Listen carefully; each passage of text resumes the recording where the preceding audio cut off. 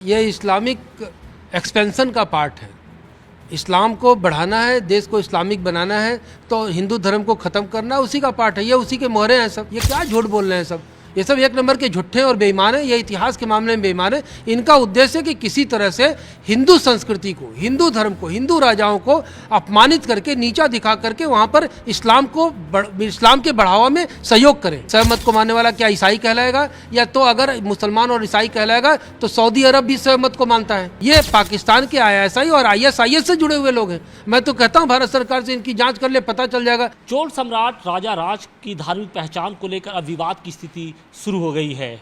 तमिल इतिहासकार वेंटिमारन के साथ साथ प्रमुख जो फिल्म अभिनेता हैं कमल हसन, उन्होंने राजा राज की धार्मिक पहचान को लेकर सवाल खड़े किए हैं और कहा है कि कहीं ना कहीं दक्षिण पंथ को बढ़ावा दिया जा रहा है। सवाल इस बात का है कि इस विवाद के पीछे आखिर वजह क्या है और क्या राजा राज की पहचान क्या है। इसी पर बातचीत के लिए हमारे साथ मौजूद हैं BHU के इतिहासकार राजीव श्रीवास्तव जी। राजीव जी, सबसे पहले तो हम ये जानना चाहेंगे कि जो चोल सम्राट राजा राज हैं, उनकी धार्मिक पहचान आखिर क्या है? प्राचीन भारत में जो इनका पीरियड है 900 से लेकर 1014 तक का समय है, 985 में गद्दी पर बैठे, तो उस समय का पूरा पीरियड हिंदू साम्राज्य का है। अभी हम उसको हिंदू कह रहे हैं। उस समय हिंदू धर्म जिसको हम कहते हैं या सनातन धर्म कहते हैं, वो दो प्रमुख धड़ा उसका था। एक था शैव मत जिसको मत कहते हैं, और दूसरा था वैष्णव मत। वैष्णव मत और शैव मत में संघर्ष नहीं था, जब एक दूसरे को लोग सम्मान करते थे, लेकिन उसको मानने वाले राजाओं की संख्या ज़्यादा थी। चोल सम्राट जो राज है, ये सुंदर चालुक्य यानी सुंदर चोल के पुत्र हैं। सुंदर चोल के बेटे थे और सुंदर चोल के बेटे ने अनुराधापुर को अपना बहुत खूबसूरत राजधानी बनाया। सिंघल द्वीप से लेके मालदीप तक इन्होंने पूरा इनका साम्राज्य विस्तार हो गया। आज जिसको हम लोग सिंगापुर और तमाम इलाका कहते हैं, इनका पूरा अधिकार था। और विभिन्न स्थानों पर इन्होंने शिव जी का, विष्णु भगवान का मंदिर बनाया। तो क्या कोई इस्लाम का मानने वाला विष्णु जी का मंदिर बना रहा था क्या उस जमाने में?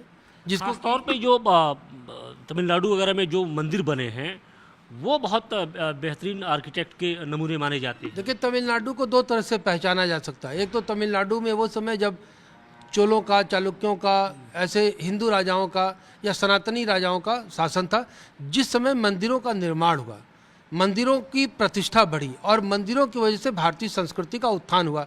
और नो डाउट अगर हम भारतीय संस्कृति सभ्यता को या भारत को विश्व गुरु के रूप में हम पहचानते हैं, तो उसमें दक्षिण का बहुत बड़ा योगदान रहा है। और उसमें ये चोल राजाओं का बहुत बड़ा, खासकर राज का बहुत बड़ा योगदान रहा है। और राज ने तो विष्णु का भी मंदिर बनवाया, शिव जी का मंदिर बनवाया, वैष्णव बौद्ध विहार के लिए भी उसने स्थान जगह दिया उसने।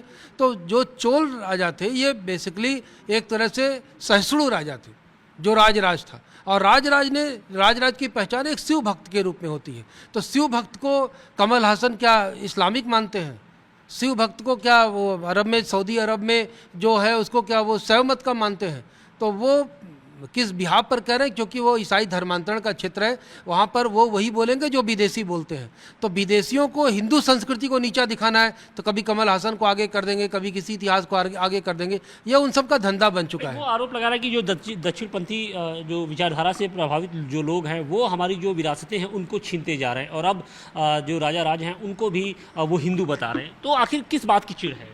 उनको चिढ़ सरकार से है, क्योंकि अभी तक तो कांग्रेस की हुकूमत हुआ करती थी और कांग्रेस ने अपने समय में सोनिया गांधी के आने के बाद खूब धुआंधार धर्मांतरण कराया।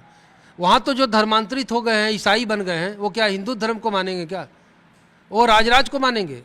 और जिस समय राज का शासन चल रहा था, उसमें न कोई ईसाई था न कोई मुसलमान था। तो कौन सा धर्म वहाँ पर काम कर रहा था? कौन सा धर्म था? सब जानते हैं कि आदि सनातन धर्म अगर कोई है और धर्म कोई है तो सनातन धर्म ही है, जबकि आजकल हम उसको हिंदू धर्म के नाम से जानते हैं, हिंदू कहते हैं।